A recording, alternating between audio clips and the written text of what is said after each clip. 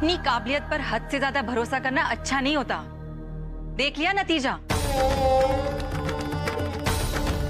इतनी बड़ी फैक्ट्री चलाना तो दूर, एक दिन संभाल भी नहीं पाए तुम।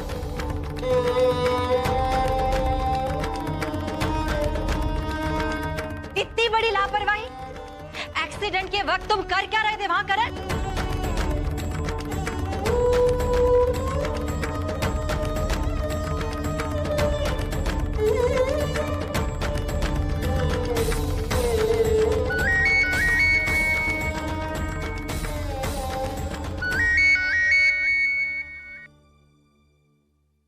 हेलो करण, करण आग कैसे लगी और ये सब कैसे हुआ? तुम्हें कैसे पता आग लगी?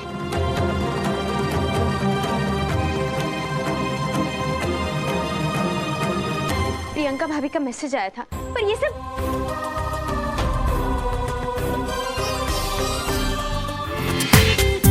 पूरा एपिसोड देखिए ZEE5 पर।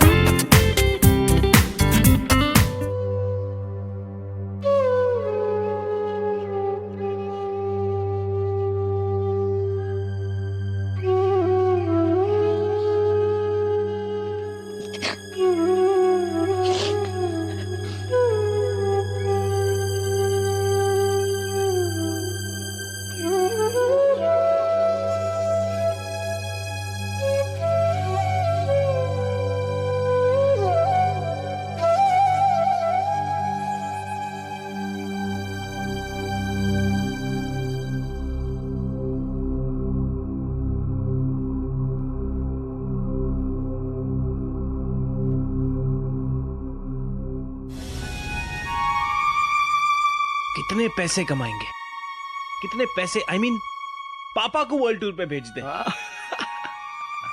और अस्मी और गुड़िया के लिए तो एक छोटा सा डिज्नीलैंड ही बना देंगे।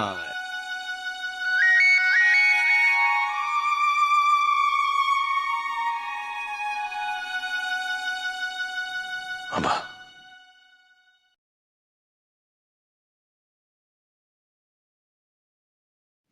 सब कुछ चल गया मेरी वजह से। पूरी फैक्ट्री जल गई। सबका सपना तोड़ दिया मैंने।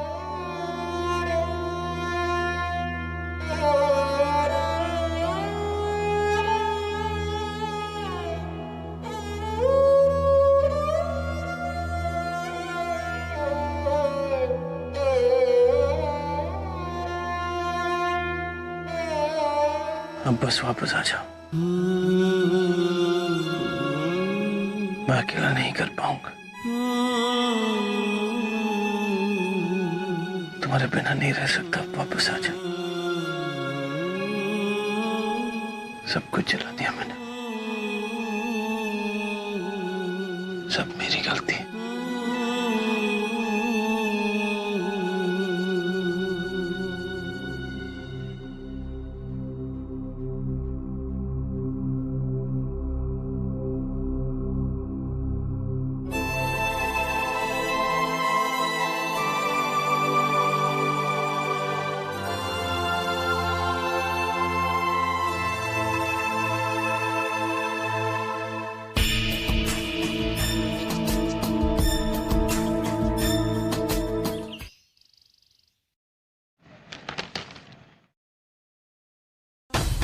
ये क्या अनाप शनाप लिख देते हैं?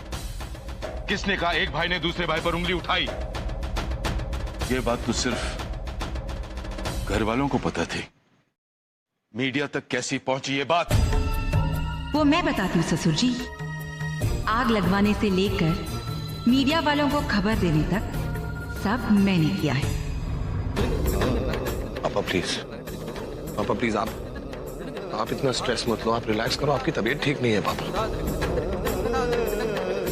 अगर हमें इस वक्त किसी चीज के बारे में सोचना है तो ये सोचना है कि हम कर्जदारों का क्या करेंगे। मैंने बैठकर हम सबकी सेविंग्स की कैलकुलेशन की है, पर वो अमाउंट, लोन अमाउंट जितना बिल्कुल भी नहीं है। बस एक ही होप है हमारे पास। इंश्योरेंस वाले जल्दी हमारा इंश्योरेंस का क्लेम दे दे और उसी पैसे से हम कर्जदारों को उनका पैसा लौटा दें बस। विमल, मेरे पास कुछ गहने हैं, शायद उनसे थोड़ी बहुत मदद हो जाए। हाँ बेटा, मेरे पास भी कुछ जेवर पड़े हैं, उन्हें भी भेज दो। नहीं प्रतिभा, माँ के गहने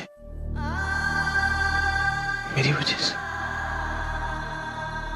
सब कुछ मेरी वजह से। उसकी नौबत नहीं आएगी। मार्केट में जो हमने इज्जत कमाई है, जो नाम कमाया है, आज हम उसकी मदद लेंगे। इंश्योरेंस का पैसा लौटाने के लिए हम फाइनेंसर से मोहलत मांगेंगे।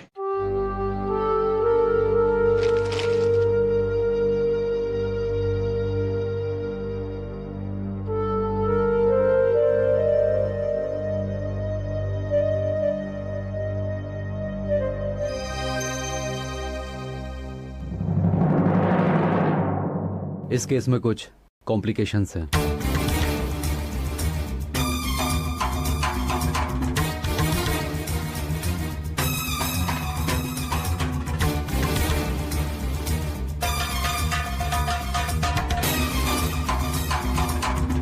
Complications? I don't understand that. खुल के बोलिए, क्या बोलना चाहते हैं? एक्सीडेंट किसी की लापरवाही की वजह से हुआ है।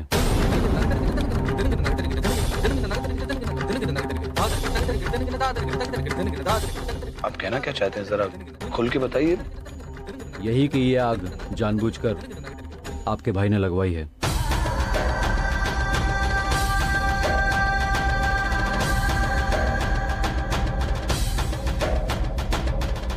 ये क्या हो गया? मैंने तो यही सोचकर आग लगवाई थी फैक्ट्री में कि इंश्योरेंस का पैसा मिल जाएगा, लेकिन अब क्या होगा? ऐसी कोई बात नहीं है।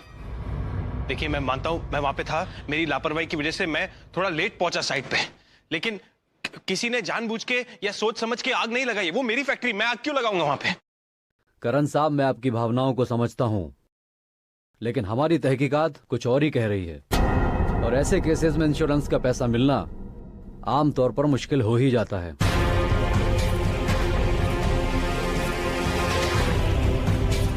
आपने शायद इंश्योरेंस के पेपर को गौर से नहीं पढ़ा है। उसके एक क्लॉज में साफ साफ लिखा है कि अगर किसी के एक्सीडेंट के पीछे किसी आदमी का हाथ है या किसी की लापरवाही की वजह से वो एक्सीडेंट हो जाता है, तो उस केस में आप इंश्योरेंस क्लेम के लिए एलिजिबल नहीं होते। क्लॉजेस पढ़े हैं मैंने, आई नो द पॉलिसी। आप सिर्फ मुझे इतना बताइए कि पैसे हम रिकवर कैसे कर सकते हैं, क्या सॉल्यूशन क्या है हमारे पास? अगर आप ये कोर्ट में प्रूव कर सकें कि पूरी तरह से सिर्फ एक एक्सीडेंट था तो पॉसिबल है, अदरवाइज हम कुछ नहीं कर सकते।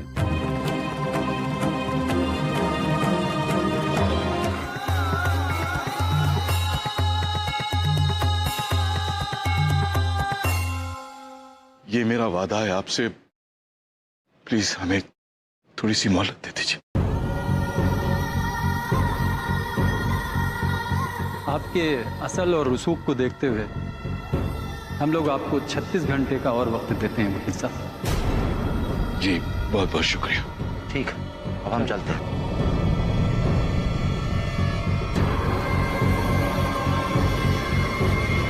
बहुत ओवर कॉन्फिडेंस था ना दोनों भाइयों में। देख लिया नतीजा, सड़क पर आ गए हैं हम।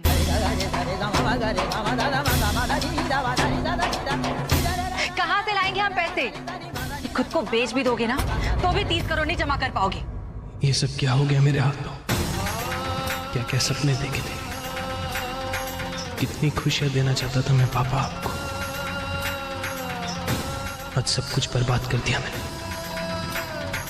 मैंने सोच लिया, सारी एफडीज और सारी सेविंग्स गिरवी रखकर हम ये कर्जा उतारेंगे।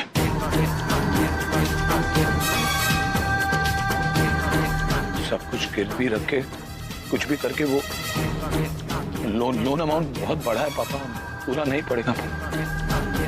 जितनी भी पुश्तैनी जेवर हैं हम वो बेचेंगे और कर्जा उतारेंगे। हमें जो भी करना है 36 घंटों में ही करना पड़ेगा। इसके अलावा हमारे पास और कोई चारा भी तो नहीं है। पूरा एपिसोड देखिए ZEE5 पर।